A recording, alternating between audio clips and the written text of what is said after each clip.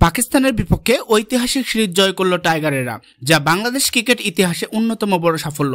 এর আগেও বাংলাদেশ ইংল্যান্ড, অস্ট্রেলিয়াকে ঘরের মাঠে পরাজিত করে এবং নিউজিল্যান্ডের মাঠেও দাপুটের সাথে জয় ছিনিয়ে এনেছিল। কিন্তু সবকিছুকে ছাপিয়ে এটি বাংলাদেশ ক্রিকেটের সবচেয়ে বড় সিরিজ জয়। এর আগে টসে জিতে পাকিস্তানকে ব্যাটিংয়ে পাঠায় বাংলাদেশের ক্যাপ্টেন নাজমুল হোসেন শান্ত।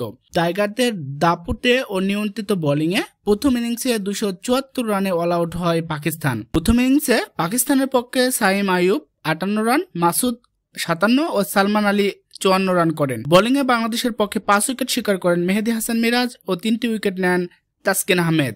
বাংলাদেশ প্রথম ইনিংসে 262 রানে অল আউট হয়। 26 রানে 6 উইকেট যাওয়ার পর দুর্দান্ত জুটি করেন মেহেদী মিরাজ ও লিটন কুমার দাস।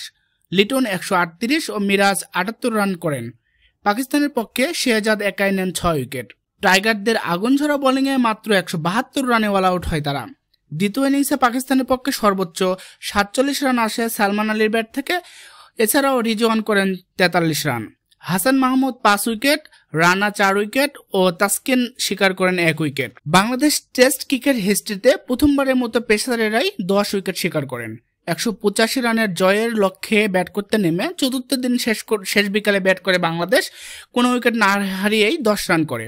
পঞ্চম দিনে সকালে নতুন করে শুরু করে সাদমান ও জাকির একবার জীবন পেয়ে 40 রানে কাটা পড়েন। অপরদিকে সাদমান 24 রান করেন। শান্ত 38 ও মুমিনুল 34 রান করে প্যাভিলিয়নে ফিরলে জয় থেকে মাত্র কয়েক রান দূরে ছিল বাংলাদেশ। বাকি কাজটা সাকিব ও মুশফিক করে দেন।